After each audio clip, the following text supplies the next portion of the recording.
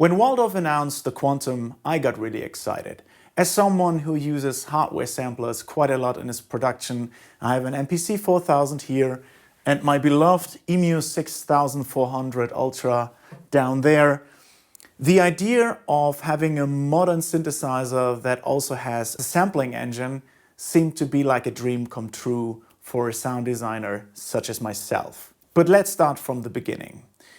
The Waldorf Quantum is an 8-voice polyphonic synthesizer with digital oscillators plus digital effects and an analog filter, which is very unusual if you think about it. Back in 2018, when the Quantum was announced, analog was going strong. Everyone was talking about modular synthesis and fully analog synthesizers such as the Prophet series from Dave Smith and various other incarnations from Chord. So analog was the main topic back then, and Waldorf was going kind of against the trend of the analog hype. But if you think about it, this is a completely logical step for Waldorf.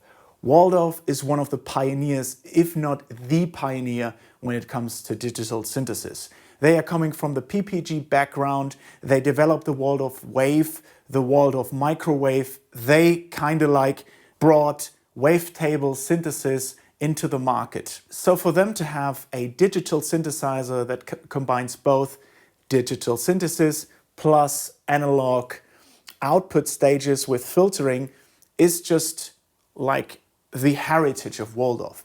And the Quantum follows that heritage from beginning to the end. The architecture of the Waldorf Quantum is very easy to understand. You have 3 oscillators that can host different kernels. So you have the classic wavetable synthesis, which you know from Waldorf. The classic wavetables are also in there, so for people that used Waldorf before, they can start right from the get-go because the classic wavetables are in there. Then you have the waveform synthesis, which is classic virtual analog. You have all these classic shapes, and then you have the particle engine, which is my favorite because it's the sampling engine that can be either sampling from multi-samples, so you can actually create multi-samples within the Waldorf, or you can import them from your SD card drive, and then you can also use them for granular synthesis. So that is, for me, the strongest point, but we'll get to that later. Then we have the resonator engine, and since the latest update, if you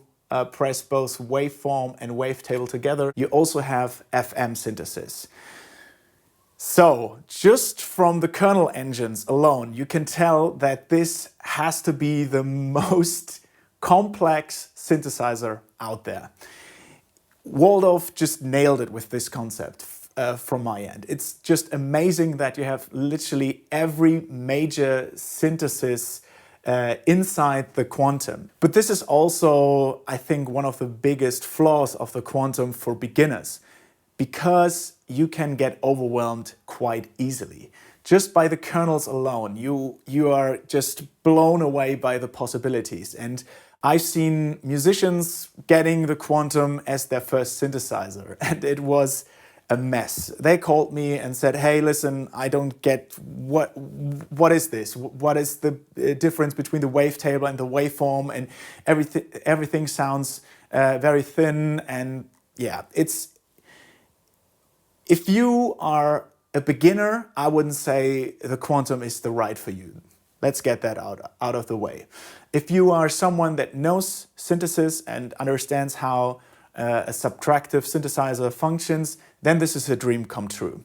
But other than that, if you're a beginner, I would go for something a little bit smaller. Waldorf has amazing beginner synthesizers like the Blofeld and their plugins. So they also have something for beginners. Like I said, 3 oscillators with different kernels or engines, I would call them. That means different synthesis types, which can then be affected and modulated by envelopes, complex modulators and LFOs. The main difference between an LFO and a complex modulator is that a complex modulator, like the name suggests, can be different shapes. And you have 2 shapes which you can blend between. So you can have a sawtooth and a sine wave, and you can create in between those shapes different types. Really, really cool. You have so many different modulators. If you go into the mod section or into the envelope section, you see that you have 6 envelopes plus over 6 LFOs. So 6 LFOs plus 6 envelopes plus the complex modulators, that's a lot. And everything can be modulated with everything, so to say. And the most brilliant part about the whole modulation scheme of the Quantum is, for me at least, the assignment process. So you have a mod button down here, and if you press that mod button, you can select the destination. Everything that turns up blue can be modulated. And that's quite a lot. So I could say, for example, I have my cutoff frequency, which is kind of like classic modulation destination. Then you have a new menu system, and you can then select the source. So then you have your LFO, for example, or it can go to the envelope, and that's really easy to do. You know, you just have your mod section, you see everything, then you select the destination, then the source, boom, you're good. That's it. And that's really, really easy to understand, and it's very fast.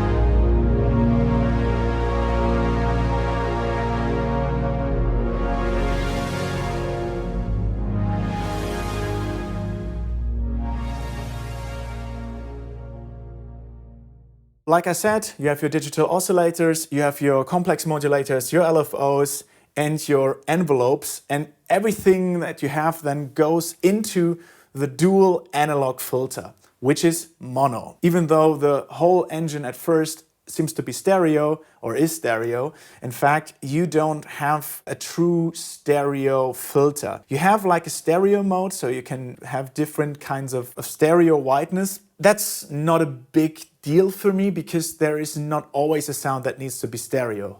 For me, if I want to have a stereo synth, I can also use the digital filters in the Quantum, and they are in fact stereo. I think we are using too many stereo sounds in our productions, and that just has a lot of different problems when it comes to phasing and stuff like that. So I don't mind, but I know that people are complaining about this. The sound of the analog filter is on the cleaner side, but it has a nice low end to it.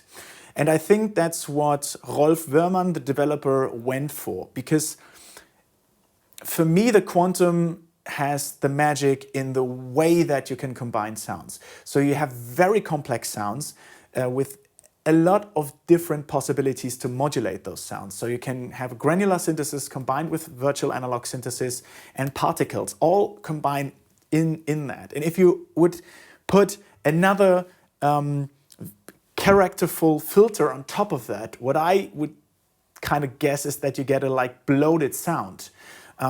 At some point you need something that just takes away.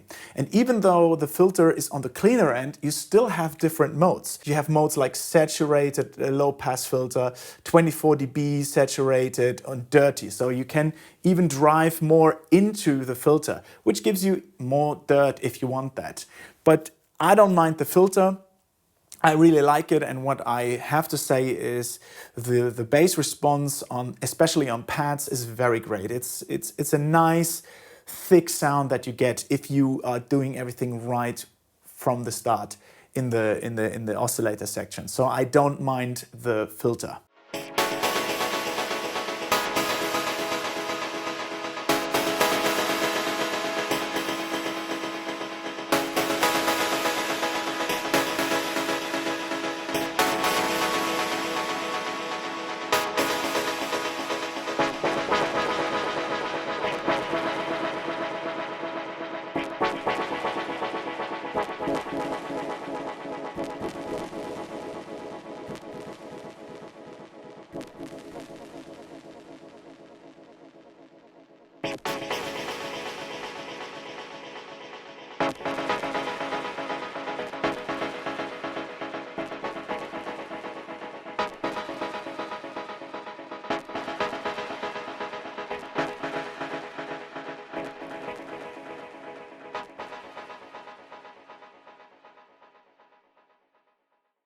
The Waldorf Quantum has digital effects plus digital formers. And digital formers consist of things such as drive, gain, comb filters, bit crossers, ring modulators, and the whole Waldorf filter section from older synthesizers such as the PPGs, the Nave, and the Largo. On top of the analog filter, you can also use the digital filters from Waldorf.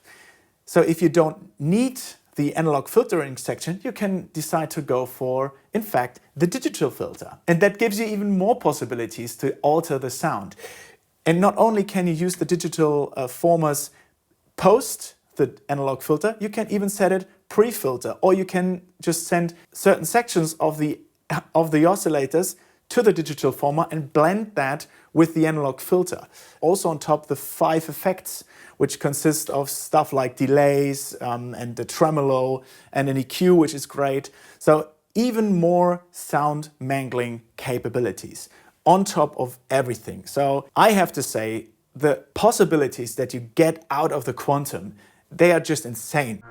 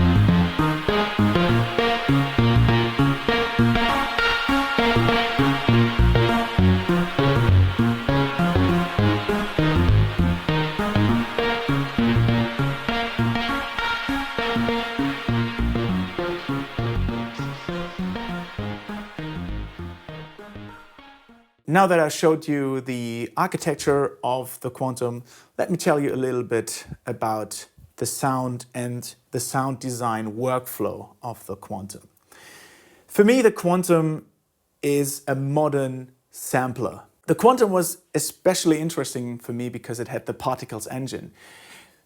To be able to use granular synthesis and sampling in an instrument that allows me to use analog filters plus virtual analog synthesis is something that I always recreated in the DAW. So I used obviously Omnisphere, and I loaded it up with other synths, and then I used the Ableton sampler, and then I combined that. Everything that I did within the DAW can be done here. And the major point for me is I don't have to look at the big screen. Using granular synthesis and all these synthesis types together felt always cumbersome because you had so many windows open, and it was just like, for me, it's sometimes not really that fun to program sounds. In the Quantum, however, it's just one part of the synthesizer. So I just go to my particles engine, I load up my samples, and then I start to play. I set different envelope types, use the LFO, and then I combine it with a virtual analog synthesis. That's just so brilliant about the Quantum because you don't think about it. You don't have those steps of setting up everything. You're loading a multi-sample, then creating another synthesizer. Then you need to be in a range where you say, okay, I stack these sounds on top. Everything is here. Everything works from here. And I have to say, granular synthesis on a computer, even though I've seen many people using it, was always kind of CPU intensive for me. And here it is just part of the engine. I don't have any audio dropouts, anything that that could interfere with my sound design process. It's all within here, and I just use it. Sound-wise, the Quantum sounds modern. Very open, very bright, doesn't have the approach of the Akai nor the EMU where you have this characterful sound to it. It lets you decide how the sound should behave. And that's where I think the Quantum sits very well in my setup. I don't like redundant setups. What's the point of having a synthesizer or a sampler that sounds just like the other? You know, it's just a double up of instruments.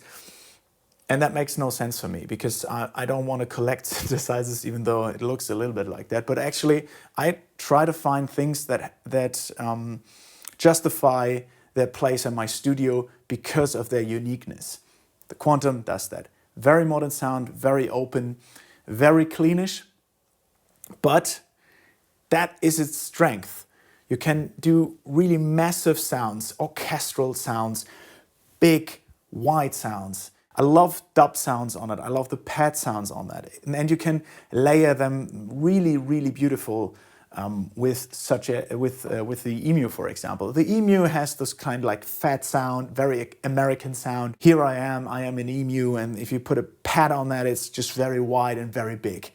But then you can use the Quantum on top of that or below, because you have that nice low end, which is very distinct and very precise.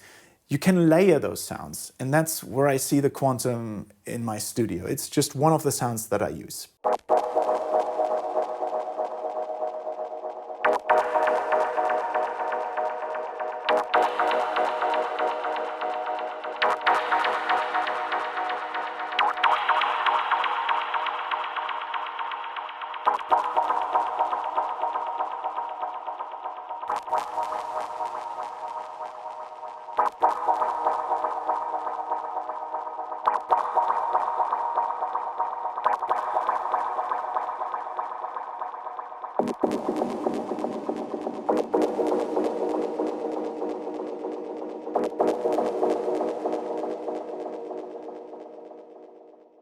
I told you at the beginning that the Quantum was an 8-voice polyphonic synthesizer. However, this is not true anymore. With version 3.0, the Quantum got actually the voice allocation from the Iridium. Because the Iridium and the Quantum share the same processor, they can in fact be the same synthesizer in some areas. So now the Quantum has a 16-voice polyphonic mode, which can also be stereo. So you don't lose the capabilities of the Iridium anymore. You have your 16 voices within that. But what's the most interesting part about this is that Rolf developed voice allocations. So either you can just use 16 voices digital, which are stereo then, or, which I love, you can use both the 8 analog voices, so the voices that run through the analog filter, plus 8 more voices on top of that, which are digital. And you can blend between those two types of voices, which makes it even more interesting, because on the one hand you have analog filtering that is going through certain types of saturation and distortion, and on top of that you have the digital voices, which can be stereo. And you can play them either in unison mode or alternating mode, or you can combine different ways of doing that. And this is something I never seen in a synthesizer before, and it sounds really unique, because you can hear what the analog filter is doing to the sound. You get a little bit more dirt, a little bit more griminess in comparison to the complete digital filter, even though both are very clean. But that gives you an even more distinct sound and tone to it. You can really play around with those different settings, and you will find that some sounds that you've played before will sound different when using voice allocations. On top of that, 16 voices are 16 voices. I mean, that's a great starting point for some very wide or longer pads. If you're into ambient and drone music, you know what I mean by that. Sometimes, like when there's when voices are choking, even though you have an 8-voice polyphonic synthesizer, having the double amount is just a blessing. We talked a lot about the architecture of the Quantum and the development process, and actually what it means for Waldorf.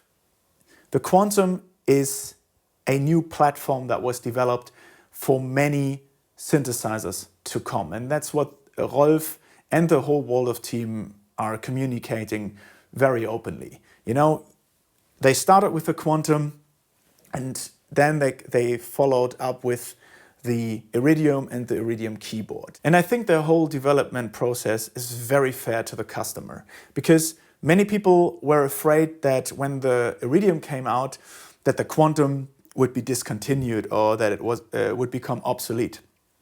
In fact, Rolf always tried to implement all the features from the Iridium into the Quantum and vice versa. It was never the case that some Waldorf users would be let down when they bought the Quantum, and why would they? I mean, the Quantum is the flagship model and it cost a lot of money. Even though many people were afraid of that, it took a little while, which is true because Rolf is most of the time a one-man show, and Corona made it even worse for developers to source materials and components, which took most of the time back then, and there wasn't much time to develop software updates. With the new lineup from Waldorf, especially with the Iridium keyboard, I think you can see where Waldorf is going now. The whole idea of making the Quantum platform or the Quantum/Iridium platform to be a synthesizers and sound designers' dream now also should come to the keyboard player with the polyphonic aftertouch. The polyphonic aftertouch for me is the next step in the development of this platform because it makes sense. You have 40 modulation slots in the Iridium and the Quantum. You can use a lot of different sound capabilities with that. And to be able to play that across the whole keyboard is just a new way of interacting with the synthesizer. I think that's a brilliant decision because it actually separates the Quantum and Iridium lineup even more from classic approaches of synthesizers. This is not a classic approach of a synthesizer. It is a synthesizer for the 21st century. And I really admire Waldorf for going a different route and a different way, even though there are sometimes some hurdles that you need to overcome. But from my point, I really enjoy what Waldorf did with the Quantum. And you can see that now. There are now synthesizers coming out that are very similar to the Quantum, if you think about it, right? There are now very complex digital synthesizers with very different approaches to digital synthesis, and I like that. The big elephant in the room, obviously, is the Mark II. What's happening now to the Quantum, and what do I think of the Mark II? Like I told you, Waldorf is going a different route. They want to have interactive synthesizers that talk to you in a different way and that are very complex and give you different sounds. And the polyphonic aftertouch keyboard is just the logical conclusion. And to add that to the Quantum makes a whole lot of sense. If you are someone that doesn't use polyphonic aftertouch, and I can say that these are many people, the Mark I is still the synthesizer to go for me. The Mark II is for people that really like to play. Keyboard players that need the polyphonic aftertouch in order to make their sound even more expressive. And you see that guys like Hans Zimmer and other film composers, they love the Quantum for what it does. And to be able to use MPE sounds and all those different modulation capabilities makes for them a whole lot of sense. The sample RAM, yeah, I think it's like 63 gigs or 59 gigs. I don't mind. I use my sounds from the SD card and load them up. That's just what I do, and I never had any issues with the sampling memory. I don't see the point there. So for me, the Quantum Mark II is a logical conclusion, but it doesn't make the Quantum Mark I an inferior synthesizer. They are just different approaches. Now that I raved about the Quantum so much, is there anything that I don't like? Not really, but there are 2 points that I would like to mention. First, I would love to see a 96 kilohertz version of the Waldorf Quantum. Right now, the sampling engine and the digital engine runs at 44.1 kilohertz. That seems to me right now to be the only bottleneck of that system. People would say now, hey, what the heck? It's 44.1, we are recording in 44.1 or 48 kilohertz. What's the big deal? That's true. I wouldn't say for recording 96 kilohertz is necessary. However, when you're doing sound design and modulations and synthesis, the step up from 44.1 to 96 kilohertz leads to more resolution and a better aliasing between the sounds. And I heard that with the G2, which I have from 2003.